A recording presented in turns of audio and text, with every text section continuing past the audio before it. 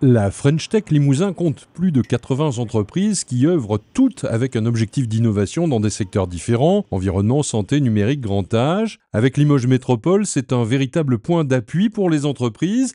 La French Tech accompagne les entrepreneurs dans leur recherche de financement, mais pas seulement. Alors le nerf de la guerre, c'est le financement des startups pour pouvoir essayer de lancer les activités et puis faire en sorte qu'on puisse tenter de les pérenniser ou de les mettre en œuvre.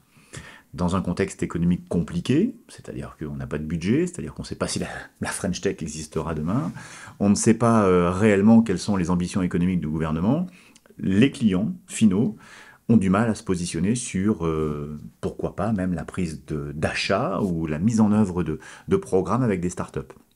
C'est encore plus difficile pour les investisseurs, voire les banquiers, d'accompagner des projets naissants qui n'ont pas forcément tout de suite trouvé les premiers clients, qui sont en phase de développement, en phase de test ou de laboratoire. C'est encore plus compliqué pour eux de prendre des risques et donc d'accompagner les startups. Régulièrement, la French Tech organise une compétition entre entrepreneurs, la Startup Battle. Le format a évolué cette année. Aujourd'hui, on fédère les acteurs de l'innovation au sens large et on fait évoluer aussi en fonction de ce qui se passe sur le terrain. On a fait évoluer cette année le Startup Battle sur le financement, où l'idée, effectivement, comme ça a été dit, on est sur des projets matures, avec un haut niveau de confidentialité, comme on est sur des projets qui sont hautement stratégiques, avec des projets dans la santé notamment. Et c'est pour ça qu'on a organisé ce format d'opération cette année, soutenu par la mission French Tech dans le cadre d'un appel à projet qui s'appelle le Community Fund, et en partenariat avec la Banque de France qui nous a ouvert ses portes à Limoges. À la faculté de médecine, Damoclès développe une machine d'analyse rapide permettant en 2 heures d'identifier une source bactérienne d'infection. La solution a été validée, un prototype présenté, et cette année, il faut trouver 1 million d'euros pour continuer. Au démarrage de Damoclès, comme dans beaucoup de startups, c'est principalement en fait des aides régionales, c'est des aides de la Banque publique d'investissement et c'est des aides de réseau, c'est-à-dire être labellisé dans des réseaux comme French Tech par exemple, qui nous permettent en fait d'avoir de la visibilité, de répondre à des appels à projets et donc du coup de pouvoir obtenir des financements non dilutifs, donc des aides, des subventions, des prêts, qui nous permettent de financer le début de l'aventure. C'est donc une levée de fonds en cours qui a démarré et qui commence bien, principalement avec des business angels et avec peut-être des fonds d'investissement, on est en train de regarder. Le but c'est de clôturer au premier trimestre pour pouvoir en fait lancer l'industrialisation de cette machine et la mettre dans des cliniques vétérinaires dès l'année prochaine. 2 univers se rencontrent, les finances et la recherche, avec des tempos et des échéances qui, parfois, ont du mal à correspondre. Mon expérience professionnelle me dit que c'est jamais arrivé. Mais dans notre challenge, c'est de faire en sorte qu'il y ait une concordance entre ces deux tempos. Le but, c'est de gérer, en fait, de donner une visibilité en termes de trésorerie à la société. Donc là, on a une visibilité très précise. On sait le niveau de risque qu'on peut prendre. Là, on doit investir pour avoir le meilleur retour sur investissement. Ici, l'équipe de Curlim travaille à stopper une maladie rare, la maladie de Charcot-Marie-Touche, une approche très ciblée d'une partie infime des neuropathies dégénératives. C'est un point très important, je dirais très critique.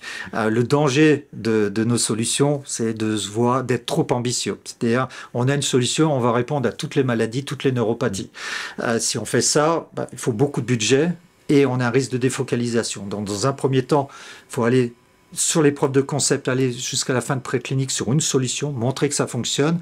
Et bien sûr, on a l'ambition de développer et d'étendre nos solutions sur d'autres applications. Mais il faut faire attention, très attention à la défocalisation et bien gérer le budget en parallèle. Lancé en 2018, Neop, spécialiste du contrôle d'accès, a été brutalement stoppé par la Covid et a dû trouver une solution.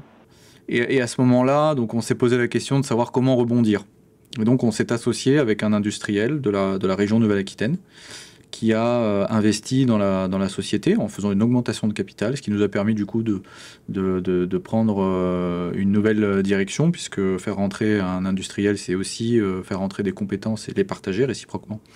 Donc là, ça a été quand même un apport net de trésorerie aussi à ce moment-là, pour que ce qui précédemment a servi à valider un concept, à faire un prototype abouti, nous permettent avec cette nouvelle association d'accéder au marché. En accompagnant les entreprises et les collectivités sur leurs besoins de géolocalisation des biens et des personnes, Alexandre Pataro, lui aussi, a cherché des solutions de financement, mais aussi et surtout le moyen de montrer son produit. C'est pas la première fois qu'on teste ce sujet-là. Aujourd'hui, moi, j'ai besoin, à l'échelle nationale, de montrer ce qu'on sait faire, donc à travers de lieux de démonstration, à travers de personnes en capacité de vendre notre produit, notre service. Et c'est ça qui me manque aujourd'hui, en fait. La technique, on l'a. Au-delà des sources de financement, c'est bien le réseau qui compte. On ne peut pas entreprendre en restant seul. Vous êtes le super spécialiste de ce que vous allez créer, puisque c'est vous qui le mettez en œuvre. Mais il faut que vous soyez le super spécialiste du financement et de la comptabilité. Il faut que vous soyez super spécialiste de la communication, du marketing, de la vente. C'est impossible à faire seul. On a donc besoin pour monter une entreprise, d'avoir un pactole de départ pour pouvoir structurer l'entreprise et lui donner de la pérennité, ou en tout cas envisager quelque chose et son futur. Évidemment, c'est tout au long de la vie de l'entreprise. C'est aussi une adaptation en fonction des besoins à un instant précis. C'est la mise en relation avec les bons interlocuteurs en fonction du niveau d'avancement des projets, vers que ce soit des partenaires, que ce soit des structures d'accompagnement, que ce soit des structures financières. C'est effectivement un accompagnement tout au long de la vie d'un projet.